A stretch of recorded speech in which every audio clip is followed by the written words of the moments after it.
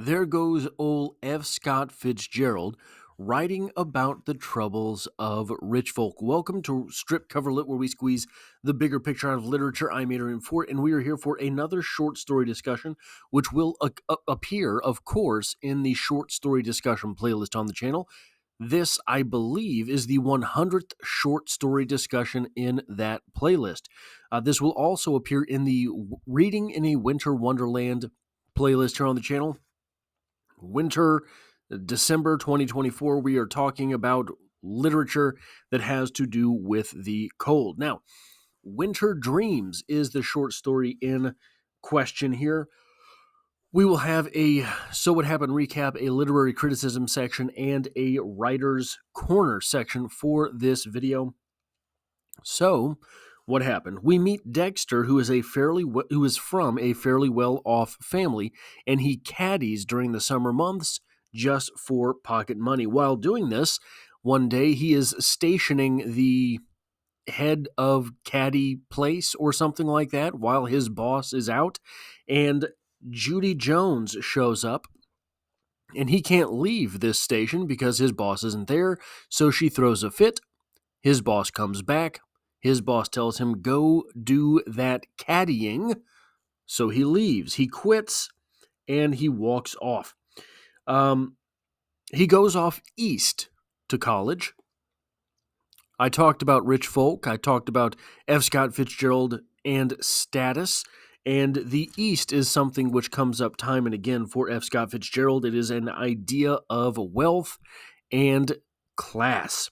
He then invests in a laundry business and becomes successful. He goes back to his hometown and runs into Judy again. Now, the belle of the ball. All of the boys want something to do with Judy.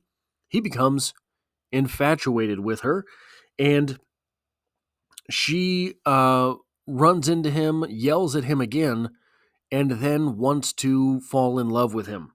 She strings him along, and she strings him and many other men along, and she eventually abandons him after he has fallen in love with her, and he is heartbroken. At long last, he finds himself a good relationship with a young woman named Irene, and when they are about to be married, Judy waltzes back into his life and tears him away from her. Later, she leaves him again. She says, "Can't we be married?" They get together, and she leaves him again. Years later, Dexter is told by a business associate that Judy has kids and is married to a man who cheats on her, and this breaks Dexter yet again. So, when we talk about Winter Dreams by F. Scott Fitzgerald, what are the things that we are talking about? Well, one of them is the upper class. F. Scott Fitzgerald, time and again, is talking about the upper class or aspirations of becoming upper class. Wealth and status, class mean a whole lot to the characters in his writing. And while it is unfair in my belief to translate that to F. Scott Fitzgerald himself, it seems to be something with which he was preoccupied himself. And so it seems that in his writing, the upper class really is something that you want to be a part of. His writing will not strike you necessarily as castigating the upper class, because it definitely is at least through the eyes of the speakers, through the eyes of the literature itself, it is the place to be. But that does not mean that it is comfortable or cuddly, or however it is you would like to refer to something that is peaceful. It's where you want to be, but it is not without a price. And in this short story, we see some of that price as well. Something which will come back up: alienation and estrangement. In this short story, these individuals have found themselves participating in a society, a sect of society, where things are very high stakes. They are high cost and they are high stakes. Now, That's sort of the idea of class in this short story, of wealth in this short story. Something else I want to get into that maybe should have been part of the writer's corner of this video, but is actually something that I want to talk about here. You've heard me say on the channel, if you've been through me with any number of short stories, that oftentimes one of the really weird things about short stories is there's this small paragraph somewhere in the short story that is kind of the entire short story distilled. It's kind of everything in the short story boiled down to a little mineral nugget of the ambiance of the short story, of the happenstance of the short story. And this happens in this short story, of course. This is the paragraph that I think you can read and sort of understand everything that you would need or want to understand about this short story. Now, of course, the quality and seasonability of these winter dreams varied, but the stuff of them remained. They persuaded Dexter several years later to pass up a business course at the state university. His father, prospering now, would have paid his way for the precarious advantage of attending an older and more famous university in the East, where he was bothered by his scanty funds. But do not get the impression, because his winter dreams happened to be concerned at first with musings on the rich, that there was anything merely snobbish in the boy. He wanted not association with glittering things and glittering people. He wanted the glittering things themselves. Often he reached out for the best without knowing why he wanted it, and sometimes he ran up against the mysterious denials and prohibitions in which life indulges. It is with one of those denials and not with his career as a whole that the story deals. Wanting the best, obviously that's Judy Jones. Obviously that is the education in the East. Obviously that is what it means to be a business owner. All of these things are translated into this one paragraph that happens in this short story. Two more things I think are worth talking about literarily here. Number one, the reversal of gender norms. This short story is about a playboy from the eyes of one of his myriad womens, except that it's about a woman who is the belle of the ball through the eyes of one of her suitors. Now, we don't have a whole lot of stories about a playboy from the eyes of the woman who is one of the women who is pursuing him. Probably there are more accounts of the playboy from his own eyes with the women that he is courting. But that sort of the mindset behind that, the mindset behind the playboy dating a lot of women, the women all want him. That is sort of the way that you are used to these things going, especially if there are actual sexual acts involved. You don't often hear about the woman who is sleeping around and all of the guys want her. You don't read that story a whole lot. If you're reading a story written for men, yeah, every guy wants to be with a whole lot of women. So you write that story and the guy has access to a whole lot of women. This is part of the changing ideas of the time in which F. Scott Fitzgerald was writing. This was the time of flappers. This was the time of the first movements of feminism. All of these things were going on during this time, and Judy is a very almost picture-perfect representation of that. You have her using and losing men. the way that you hear about men will use and lose women. You have her being the one who does the pursuing. We have the story of Dexter, who is sort of happened upon by Judy. Now, we don't get Judy's perspective here. Is it really reasonable that she was just kind of bouncing along and happened into the new guy? Especially when the new guy, he's not new. Well, he becomes new in the story, but he is someone who had been around and shows up again. This is what we learn from Dexter, likes. So when she runs into him with her motorboat or jet ski, or I can't remember exactly what it was, are we left to really believe that she happened across him? No, I think that she saw him, knew that's the new guy. Let me go plant this flag. So she is the aggressor there.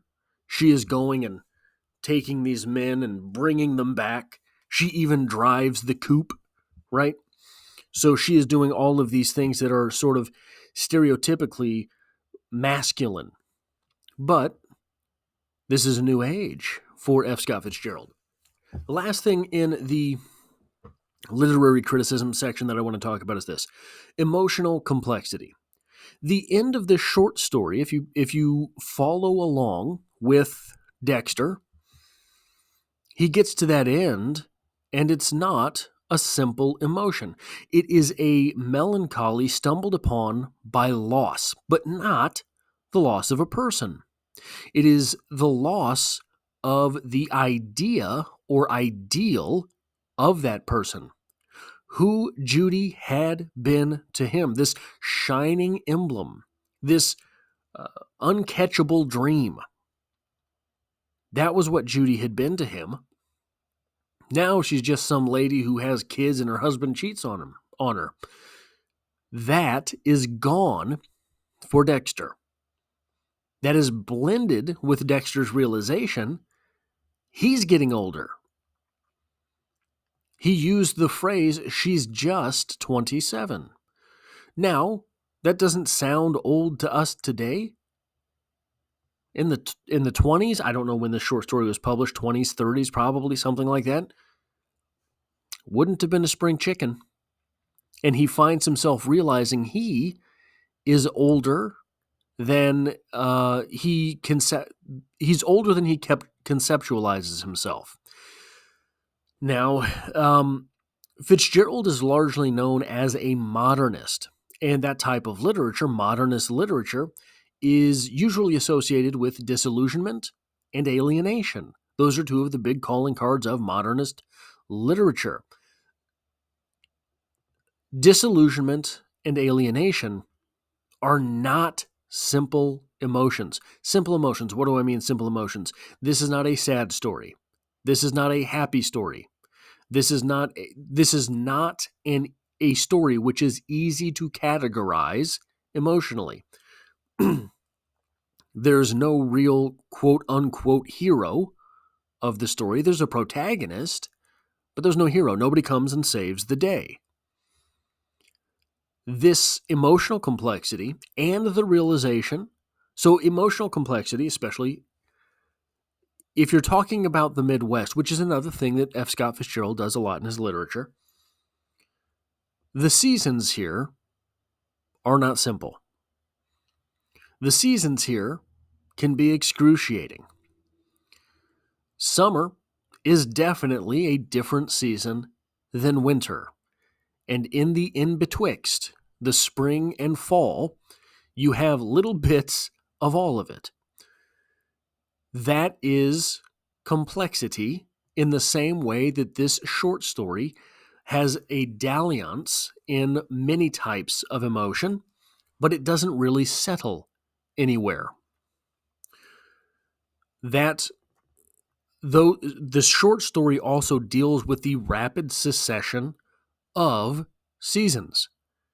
We get many times in the short story where Dexter's seasons pass quite quickly. There was the spring, then there was the summer, then there was the fall. Now we're back at winter. We spend some time in winter, and then it's hot again, right? We're playing golf again. We're out on the lake again. This rapid succession of seasons plays into both the emotional complexity of the short story, as well as the fact that at the end of the short story, all of those seasons just kind of flew past. They were mentioned, but they were not lived. And so, our main character, our protagonist, Dexter, feels that age all of a sudden.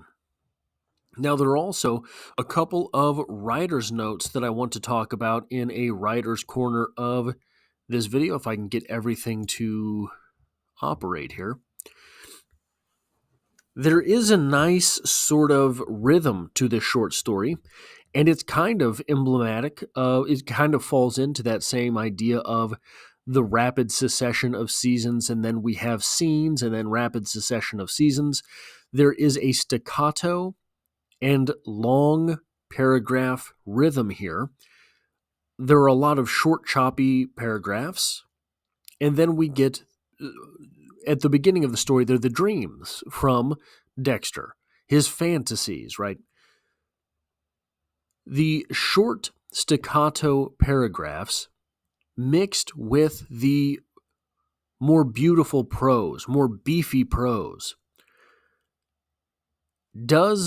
it's difficult to pull off for a writer, because all of a sudden you will take the staccato sentences into a prose paragraph, and it's difficult. It doesn't quite flow right.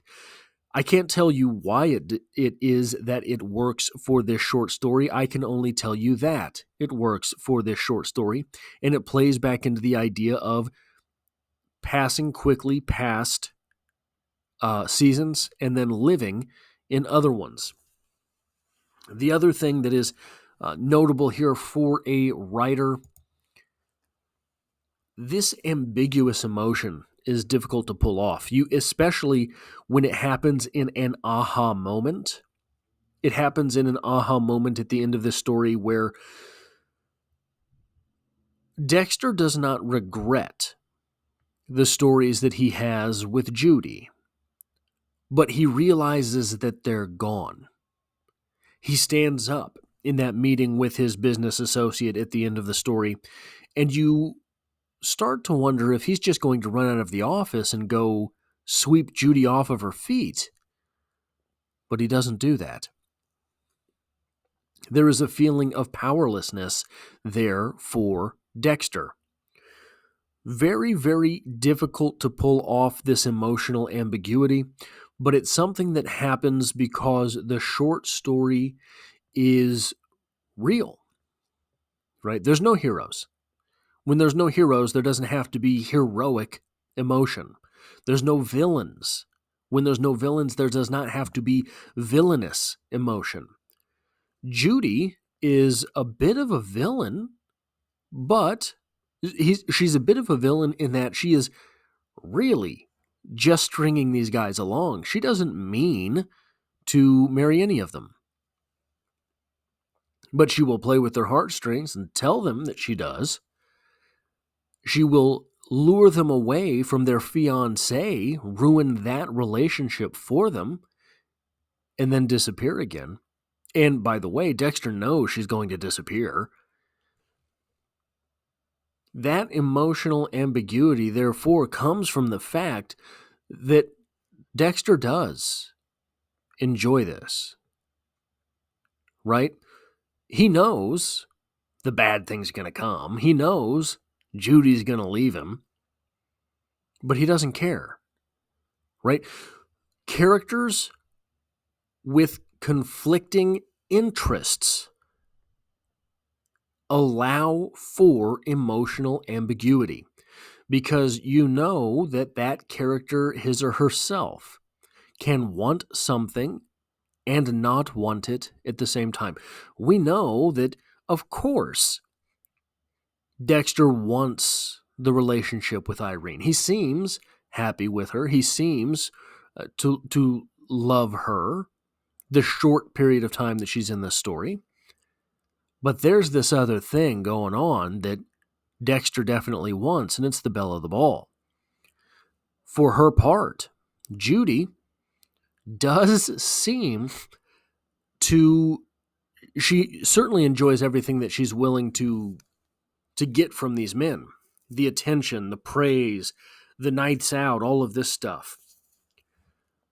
But she does break down in the car. Now, maybe this is just psychopathic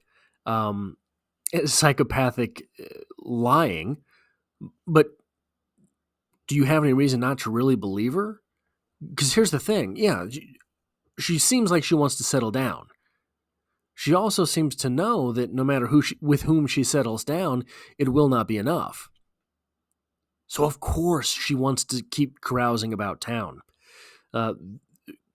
Setting up scenarios for your characters where they want conflicting things adds emotional ambiguity and emotional complexity to your work, and it becomes ultimately more profitable for the writer and for the reader.